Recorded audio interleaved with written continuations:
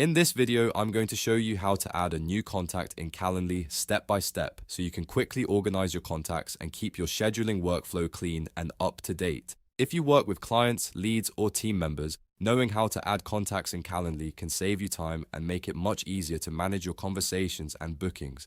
If this tutorial helps you out, make sure to hit the like button and subscribe for more simple software guides like this. Alright, let's jump in.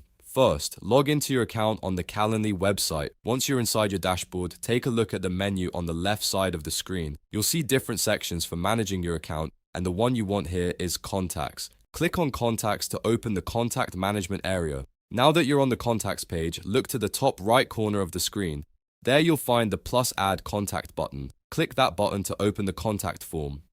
This is where you'll enter all the information for the new person you want to save in Calendly. Start by typing in the required details, which are the name and email address. Make sure this information is entered correctly, because this is what Calendly will use to identify the contact and connect it to future scheduling activity. If you make a typo here, it can cause confusion later, so it's always a good idea to double check everything before moving on. After the required fields are filled in, you can add optional details if you want to make the contact record more complete. Depending on what Calendly allows in your account, you may be able to include a phone number, job title, company name, or time zone.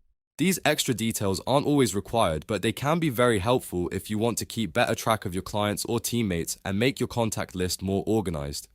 Once you've entered all the information you need, scroll down to the bottom of the form and click Save Contact. Calendly will then store the new contact in your account, and you'll be able to access that contact anytime you need it. That's it. Your new contact has now been added successfully. If you ever need to add more contacts later, you can repeat the same process anytime from the Contacts section. It's a simple feature, but it's really useful if you want to keep your Calendly account neat, professional, and easy to manage. If you found this walkthrough helpful, please give the video a thumbs up and subscribe to the channel for more quick and easy tutorials.